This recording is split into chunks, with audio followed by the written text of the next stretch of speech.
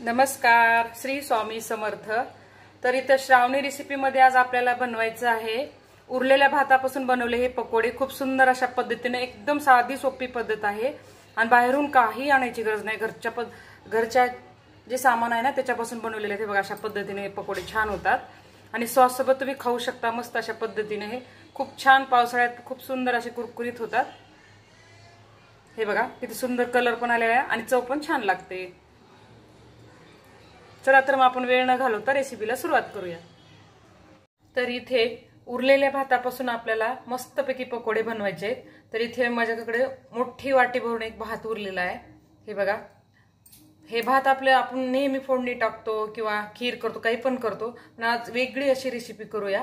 मस्त अशी पटकन होते आणि लहान मुलाला खूप आवडते आणि पावसाळ्यात पण ही खूप सुंदर अशी कुरकुरीत आपले हे पकोडे तयार होतात। हे आहे मोठा वाटीभर शिळा भात। चला मग आता आपण पुढची रेसिपी पाहून घेऊया। इथे एक मी बटाटा घेतलेला आहे साल काढून। हा बटाटा आपल्याला खिसणीने खिसून घ्यायचा आहे।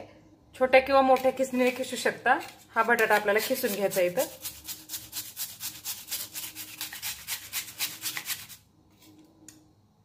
हा बघा, इथे मी एक बटाटा छानपैकी खिसून घेतलेला आहे। हा आता आपल्याला पाण्यात टाकायचंय।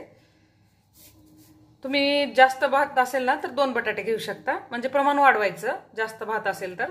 आता ह्या पाण्यामध्ये हे किसलेला बटाटा घालून घ्यायचं किस, म्हणजे हा काळा पडणार नाही बाकीचं साहित्य बनवेपर्यंत। इथे एक मी मोठा कांदा लांब आकारामध्ये असा कट करून घेतलेला आहे। हा कांदा टाकायचा। इथे एक मी भांडं घेतलेलं आहे, त्याच्यामध्ये आपल्याला सगळं सारण मिक्स करायचं आहे। तर इथे एक कांदा घेतलाय। आता कांद्यावरती आपल्याला थोडंसं मीठ टाकून घेऊया आणि हा कांदाने असं मिक्स करून घेऊया, म्हणजे बारीक होईल कांदा, पाकळ्या व्यवस्थित होतील।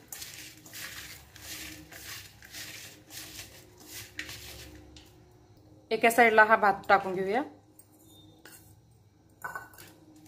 काय करूया, कांदा आणि भात मिक्स करून घेऊया आधी। वाटणार नाही की उरलेल्या भातापासून केलेली रेसिपी आहे। खूप सुंदर अशी होते। ताई तुम्ही एकदा नक्की ट्राय करून पहा। छानपैकी मिक्स करून घेतलेला आहे कांद्यामध्ये भात व्यवस्थित। आता ह्याच्यावरती आपल्याला सगळे मसाले टाकून घ्यायचे। इथे मी 4-5 हिरव्या मिरच्या कट करून घेतलेल्या आहेत, ते टाकून घ्यायचे। 1 चमचा ओवा टाकायचा आहे। 1 चमचा अख्खं जिरे टाकायचे। 5-6 लसूण पाकळ्या मी खलबत्त्यात वाटून घेतलेल्या आहेत, ते टाकून घ्यायचे। थोडासा गरम मसाला टाकायचे, थोडासा कढीपत्ता पण टाकायचे, 1 चमचा चिली फ्लेक्स टाकायचे, हळद टाकून घ्यायची आहे, थोडंसं चवीनुसार लाल तिखट पण टाकायचं आहे, चवीप्रमाणे मीठ टाकून घ्यायचं, 1 वाटीभर बेसन पीठ टाकून घ्यायचे, भरपूर अशी कट केलेली कोथिंबीर टाकून घ्यायची, आणि जो आपण कच्चा बटाटा खिसला होता ना तो टाकून घ्यायचा, पाण्यातून काढून घ्यायचं, गच्च पिळून घ्यायचं असं। आता हे सगळं मिक्स करून घेऊया हाताने। अजिबात पाण्याची गरज लागत नाही। ह्या सारणामध्ये काय करायचं, 1 चमचा पांढरे तीळ घालायचे आणि परत एकदा मिक्स करून घ्यायचं आहे। थोडंसं कच्चं तेल घालूया, म्हणजे छान अशी चव येते। 1 चमचावर कच्चं तेल टाकून घेऊया आणि परत मिक्स करून घेऊया। आपलं हे शिळ्या भाताच्या पकोड्याचं सारण तयार आहे। अशा पद्धतीने हे पहा, अजिबात पाण्याची गरज पडत नाहीये। थोडी गरज पडली तर तुम्ही थोडं टाकू शकता पाणी। आता हे आपण पकोडे तळून घेऊया। इथे एका कढईमध्ये मी भरपूर असं तेल गरम करायला ठेवलं होतं आधीच। छान तेल गरम झालेलं आहे। आता आपण हे पकोडे तळून घेऊया। गॅस थोडा कमी करून घ्यायचा आधी।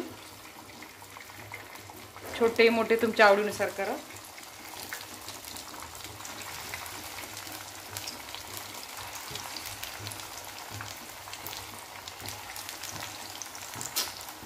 टाकताना थोडासा गॅस कमी करायचा आणि हे पकोडे असे अलगद सोडून द्यायचे। छोटे मोठे तुमच्या आवडीनुसार करा।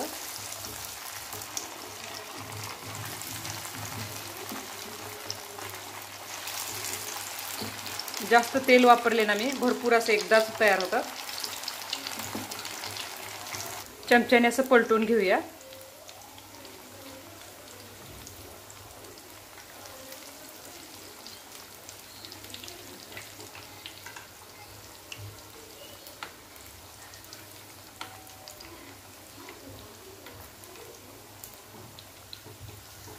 छान असं तांबूस रंग येईपर्यंत आपल्याला मिडियम गॅसवर तळून घ्यायचं। ते खूप छान असं खरपूस असे छान तळल्या जातात। पावसामध्ये खायला खूप मजा येते। हे तुम्ही सॉस बरा किंवा चटणी बरा पण खाऊ शकता। मस्तपैकी आपले पकोडे तळून झालेले आहेत। आता एका प्लेटमध्ये काढून घेऊया आणि दुसरे पण अशाच पद्धतीने आपल्याला तळून घ्यायचे। हे बघा किती छान खरपूस असे तळले गेलेले आहेत। आता हे प्लेटमध्ये काढून घ्यायचे आणि दुसरे असेच तळून घेऊया। हे बघा किती सुंदर असा कलर पण आलेला आहे आणि खायला पण चव छान लागते।